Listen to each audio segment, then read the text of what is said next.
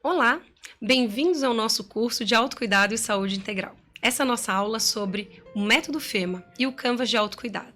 Eu sou a professora doutora Mariana Cabral Schweitzer, da Escola Paulista de Medicina da Universidade Federal de São Paulo. E este curso é ofertado pelo Ministério da Saúde com apoio do CNPq. Você já ouviu falar do método FEMA? O que será que é e o que ele tem a ver com autocuidado? Na nossa Oficina da Vida, que é a história em quadrinhos que nós publicamos em parceria com o Ministério da Saúde, nós apresentamos o método FEMA e apresentamos o Canvas de autocuidado. E nessa aula nós vamos explorar como esta ferramenta e esse processo pode nos ajudar. O método FEMA, ele tem 4 etapas e é uma estrutura para facilitar a organização do nosso autocuidado. A primeira etapa é o encontrar, a segunda o acolher, o recomeçar e o movimentar. Esse método ele foi desenvolvido por mim, junto com a minha irmã mais velha, que é a doutora Fernanda Cabral Schweitzer, no nosso livro de autocuidado e saúde integral. E por que a gente estruturou? Porque ao longo de mais de 10 anos de cuidando de pacientes no consultório, nas atividades dos estágios com os estudantes, a gente viu que muitas pessoas elas se sentiam um pouco perdidas de como começar o autocuidado. Às vezes a pessoa acordou na segunda-feira e falou, agora vai, eu vou fazer a dieta, eu vou na atividade física, eu vou dormir 8 horas, eu vou dividir, o meu dia com momentos de pausa. Normalmente quando a gente faz isso, dura uns 2 dias, porque é muita coisa. Então o método FEMA e o Canvas de autocuidado, eles nos ajudam a encontrar aquilo que eu vou eleger como uma prioridade das minhas práticas de autocuidado, acolher tudo que está relacionado àquele tema, aquele sentimento, movimentar realmente as ações que eu quero fazer e recomeçar sempre que necessário, porque o autocuidado ele não acaba. Você sabia que o Dia Internacional do Autocuidado é dia 24 de julho? E por que essa data foi escolhida pela Organização Mundial da Saúde? Porque 24/7 quer dizer que o autocuidado ele tem que ser feito 24 horas por dia e 7 dias na semana. Vamos começar? Vamos conhecer?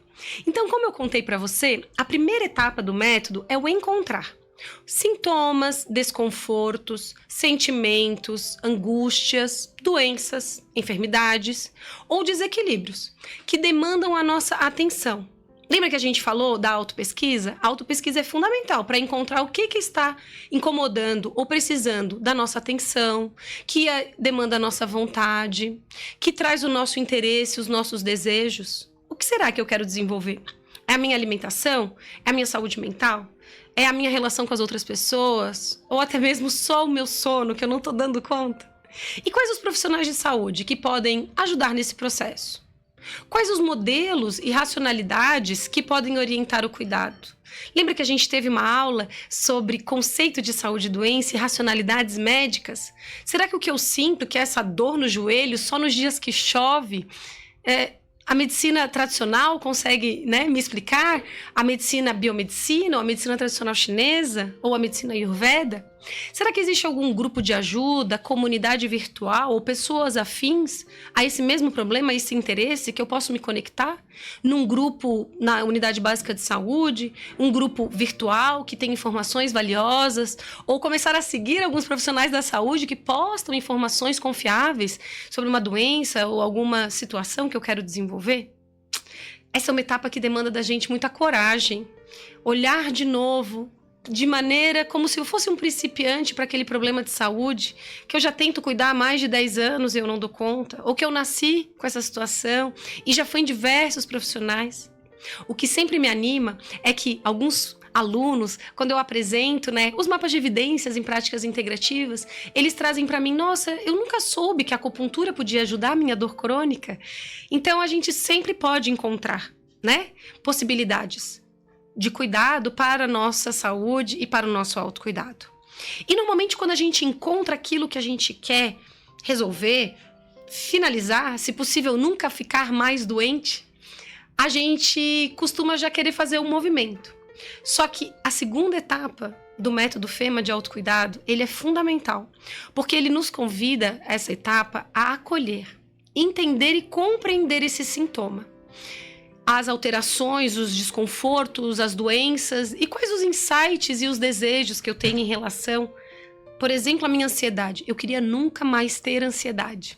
Será que é possível? Será que eu conseguiria? Ou então eu nunca mais quero ficar doente. Eu ouvi isso ontem de um paciente e de um aluno. Eu falei, olha, eu acho que, quem sabe, a forma com que a gente está entendendo saúde e doença não está bem clara. Lembra que a gente tem uma aula sobre o conceito de saúde e doença? Será que eu sou do tempo que esse conceito, ele separa mente e corpo e o corpo é uma máquina que tem que funcionar perfeitamente? Ou eu entendo a nosso próprio corpo, a nossa mente como sistemas que andam de maneira integral e que, se eu estou muito estressado, isso afeta o meu corpo, pode baixar minha imunidade, eu posso ter algum problema de saúde relacionado. Então, essa etapa do acolher, ela exige da gente não ter julgamentos, não buscar culpados, nem eu mesmo, de modo a compreender e fomentar o autocuidado. O que essa etapa precisa? Ela precisa, por exemplo, entender o conceito de ética, de gratidão, de compaixão e de perdão. Perdão, num curso de autocuidado, eu não estava esperando, quem sabe, ouvir sobre esse tema. Mas você sabe que tem uma médica lá no Paraná, que ela tem até um Instagram, que chama Oficina do Perdão, onde ela viu que na comunidade que ela atuava, as pessoas, elas tinham um pouco de dificuldade de lidar com as suas emoções e de lidar uns com os outros. E ela começou a trabalhar a possibilidade do perdão na unidade básica de saúde, em grupo, mostrando que o perdão, ele muda especialmente a forma com que o nosso cérebro funciona. A gente já teve uma aula sobre isso, a gente falou sobre como o nosso córtex, frontal, ele trabalha muito no ímpeto e nas emoções e não muito racional. E que o nosso cérebro, ele tem que estar em equilíbrio e ele tem que poder desenvolver a compaixão e o perdão de forma a cuidar da gente mesmo. Será que eu consigo ter um diário da gratidão no fim do meu dia? Ou naquela semana? Ou em família? No domingo à noite a gente pode dizer o que a gente é grato naquela semana? Dá trabalho acolher, né? Mas saiba que isso é uma política nacional do Sistema Único de Saúde no Brasil, que é a Política Nacional de Humanização, onde ela convida a gente a acolher tanto as demandas do usuário, quanto acolher o espaço onde a gente está. Será que é um espaço que deixa a gente se sentindo confortável ou não? Vamos ver as próximas etapas? Será que a gente consegue? Qual que é a terceira etapa do método FEMA de autocuidado? Movimentar, reorganizar e reciclar para produzir a mudança. Veja, não é para resolver, eliminar a doença, é para produzir a mudança de sintomas, dificuldades, desconfortos, doenças, ou até mesmo aqui uma palavra que quer dizer pensamentos, sentimentos e energias, os pensenes. Será que os meus pensamentos, eles estão alinhados com os meus sentimentos? Será que a forma com que eu estou me expressando, ela realmente está conectada com o que eu estou sentindo? A gente é convidado a não expressar os nossos sentimentos, a mascarar, os nossos desejos, e movimentar, ele vai demandar da gente escolher novos objetivos e metas em relação às 5 perspectivas de saúde, que a gente já viu em aulas anteriores: a física, a energética, a emocional, a mental e a espiritual. Nossa, agora será que eu vou dar conta disso tudo? E recomeçar ainda, quando eu ver que eu melhorei esse ponto que eu estava querendo desenvolver, e então entender que eu preciso outras áreas para cuidar? Vamos ver juntos um exemplo de como é que a gente pode utilizar essas etapas numa ferramenta simples, que inclusive está disponível aqui na nossa Oficina da Vida, a História em Quadrinhos, que a gente publicou junto com o Ministério da Saúde, ou também no nosso site do Projeto Cuidar, que é www.projetocuidar.unifesp.br. Olha que bonitinho que ficou aqui dentro da História em Quadrinhos. Se você não conhece, você pode baixar lá no nosso site também a História em Quadrinhos completa, onde a gente tem um exemplo de como esse canvas foi preenchido, e a gente convida você aqui a preencher a sua canvas de autocuidado também. Que tal? Vamos ver juntos cada uma dessas etapas? Então, como eu disse, na etapa encontrar, a gente tem algumas perguntas para poder ajudar você a definir quais são os sentimentos, as emoções, as doenças que eu quero abordar. Quais os profissionais, os modelos e práticas de saúde podem me ajudar? E também, quais processos ou estratégias parecem não funcionar? Nossa, eu já tentei isso, não deu certo, não gosto. Não tem problema. Uma vez que eu defino essa etapa, eu vou para o acolher. Quais os significados dessa situação na minha vida? Quais as limitações dessa situação? E quais as oportunidades que essa situação apresenta? Eu nunca tinha pensado nisso. Uma doença trazer uma oportunidade só me traz coisa ruim. Quando eu lembro que eu fiquei doente, eu só lembro da dor. Nunca tinha pensado que eu me curei, ou que eu recebi cuidado, ou que as pessoas, elas, né, ficaram atentos comigo naquele período. Interessante o acolher, ele é bem reflexivo. E aí sim a etapa do movimentar. Que mudanças que podem me ajudar a chegar no meu objetivo? Quais soluções possíveis para as situações identificadas? E como medir o impacto dessa mudança no que eu preciso implementar? Vamos ver um exemplo desse canvas preenchido? Especialmente para entender como é que eu recomeço, quais os indicadores de que eu alcancei meu objetivo e quais os sinais de que está na hora de recomeçar um novo ciclo. Vamos ver um exemplo juntos para ajudar? Um exemplo, quem sabe, que você já pode ter passado ou alguém que você conhece. Um problema que é muito comum, que é o da dor de cabeça. Quais profissionais aqui e modelos e práticas de saúde podem me ajudar com essa minha dor de cabeça? Neurologia, a fisioterapia, a acupuntura, o shiatsu. E o que eu já usei e que não funciona? Esse é um caso real de uma das nossas participantes do grupo de pesquisa e que fez o nosso curso de autocuidado. E o que não dá certo? Medicamentos que me fazem dormir, mas não diminuem a recorrência das crises, né? Porque daí eu apago, vai embora a dor de cabeça, mas depois ali no outro dia aparecia de novo. Eu podia só decidir ir naquele profissional de saúde ou começar uma atividade física, fazer um movimento. Mas antes de movimentar, eu preciso acolher. Quais os significados dessa situação na minha vida? Quando é que a dor de cabeça aparece?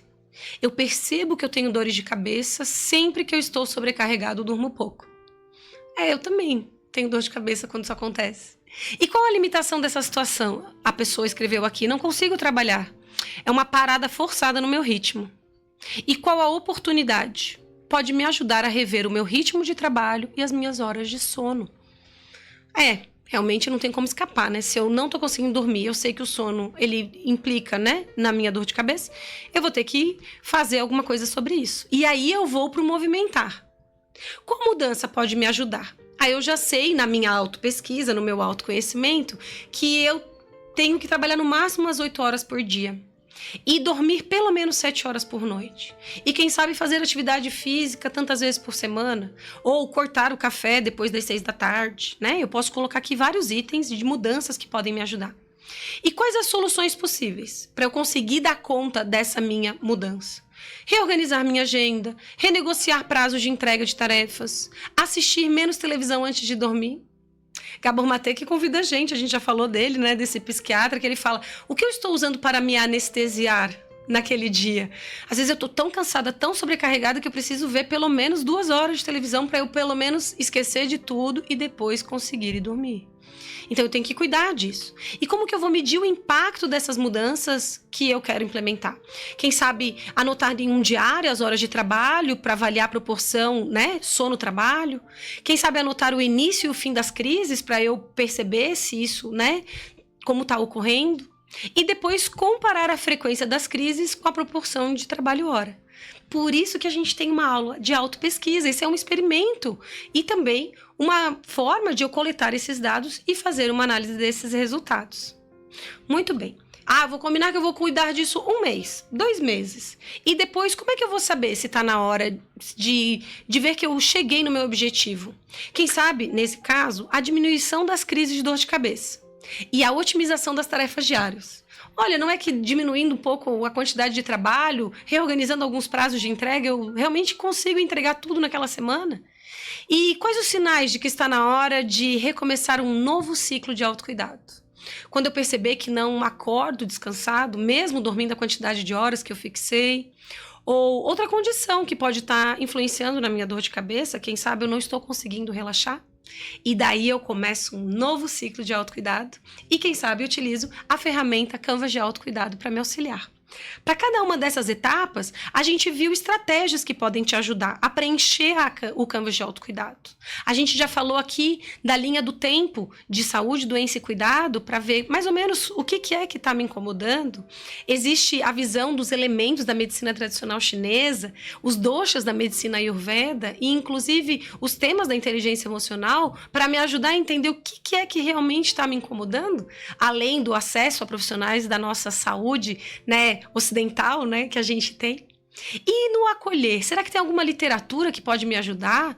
Tem materiais como Diga-me Onde Dói, que eu te direi por quê, do Michel Odul, ou o Questionário da Autocompaixão, que eu estou querendo pesquisar, a Oficina do Perdão, que eu comentei com vocês, que tá lá no Instagram, ou até mesmo o livro O Poder da Vulnerabilidade, da Brené Brown, e o Justiça, que ele também ajuda muito a gente a ampliar a forma como a gente percebe a nós mesmos. E a Política Nacional de Humanização, que tem esses itens também para nos ajudar. E o movimento? Como será que eu vou fazer o movimento disso tudo? Será que eu posso usar aquele livro 28 dias para mudar um hábito? Ou será que eu preciso de mais dia? Ou então o livro Pensar Depressa e Devagar, que ajuda a gente a entender quando que a gente está pensando mais depressa e quando que a gente está pensando devagar, né? Esse é um livro ótimo que a gente já citou aqui em outra aula, O Poder do Hábito, a Comunicação Não Violenta. E eu gosto muito desse livro aqui, Checklist, do Atul Gawande, que será que eu posso fazer um checklist do que eu preciso modificar? O checklist ajuda a gente a dirigir um avião, a um centro cirúrgico, não deixar nenhuma peça cirúrgica dentro de um paciente. Então, será que eu posso montar um checklist, né, de atividades para a minha etapa do movimentar? E o recomeçar sempre que necessário. Será que você se animou a desenvolver o seu canvas de autocuidado? Lembrando que ele está disponível no nosso site www.projetocuidar.unifesp.br e lá você pode baixar essa ferramenta, assim também como no site www.autocuidado.org. Convido vocês a preencherem o canvas de autocuidado e, quem sabe, discutirem ele com pessoas que você confia ou, inclusive, convidar outras pessoas a também preencherem o canvas de autocuidado. Tenham sucesso! Qualquer coisa, entre em contato com a gente e nos vemos na próxima aula.